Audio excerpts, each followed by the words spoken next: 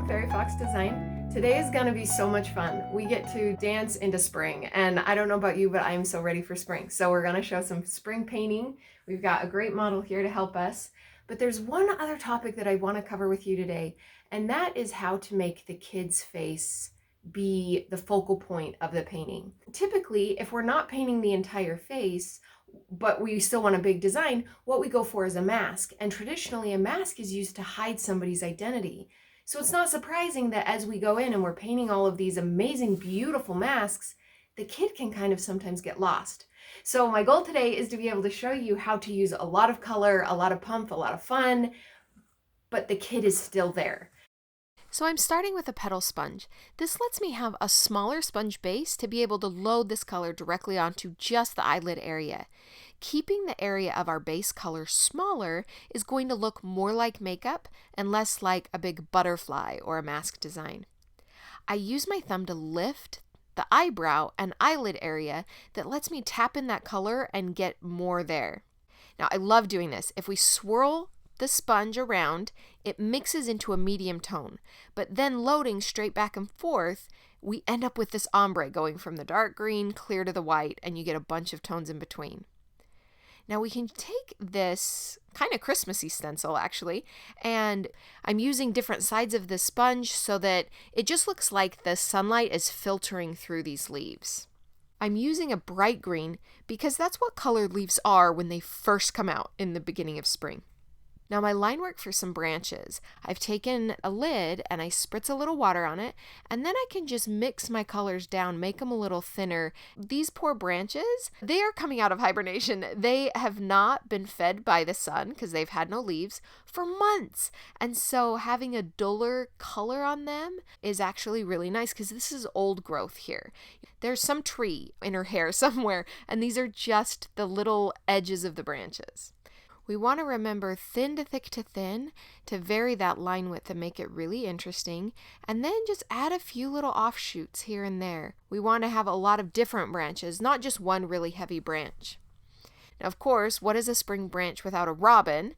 So we're going to do a robin here, but we want to keep it really youthful and friendly. I like to add a little dot to kind of give me an idea of where the head is going to set. And if I don't like it, then I can adjust it.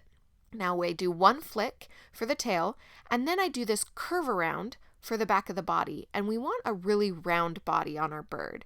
A curve forward gives us his pretty little wing, and underneath the belly, we want a continuity from the whole circle, so that brown comes a little forward.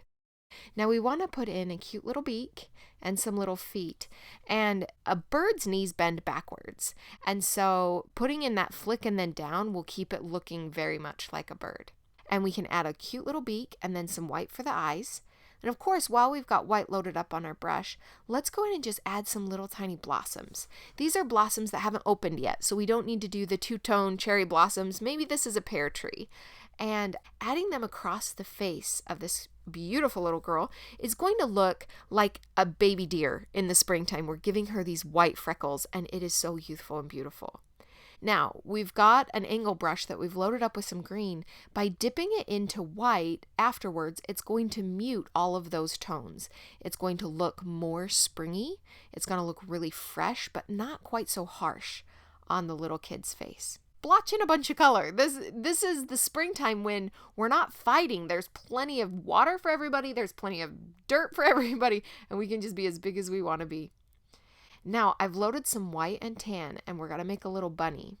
Now, of course, bunnies are so popular at Easter, and often they look very cartoon animal with big sticking up ears, but I find a little bit more realistic bunny with the ears just soft and pointed back is so sweet, and it helps us fit them in on the face really nicely. And the difference between a bunny and a little rat is the shape of the muzzle, so we want to keep everything really round. Add a little bit of pink for the nose. You can do black, but oh, just pink is so cute. Let's get an eye for this little bunny. Now, eyes on a rabbit, you actually don't see the white of the eye very much. And so by keeping it mostly black and leaving the white only for the highlight, it's going to look really good. And then instead of outlining in black, I like to outline in brown to give it that nice, again, softer feeling. to give that little definition to our cute little bunny hiding in the grass, and give it a little eyebrow because eyebrows are so expressive. Now loading up this white, we can get rid of the wet of the tip and double load like we would for a little petal. And this is a very thin brush. This is like a 2 or a 3. And now we can do our white swirly curlies, but adding that little bit of green, it's going to scale back the intensity of my white.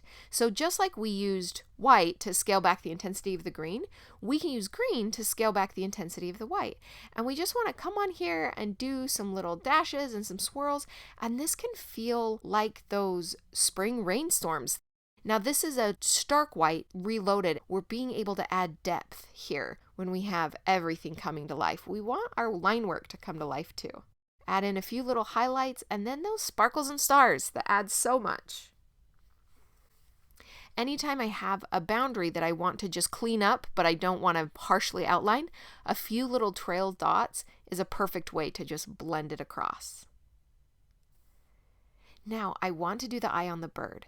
Now for this bird, I want to give it a little black eye and then a little boop white. And you can see that by not outlining the bird, but just adding in a few extra little feathers, it gives that detail, it gives us that finished look, but it stays youthful and beautiful.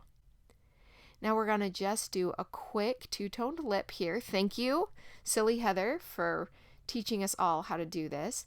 We're not looking at the woods. We're looking at a beautiful little girl that just happens to have some of the woodland life on her face.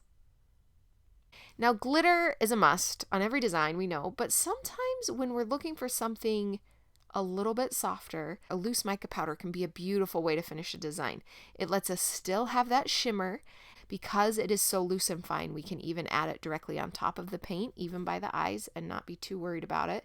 So I love having both a warm tone and a cool tone, and that gives us, the soft white, but then also this beautiful gold.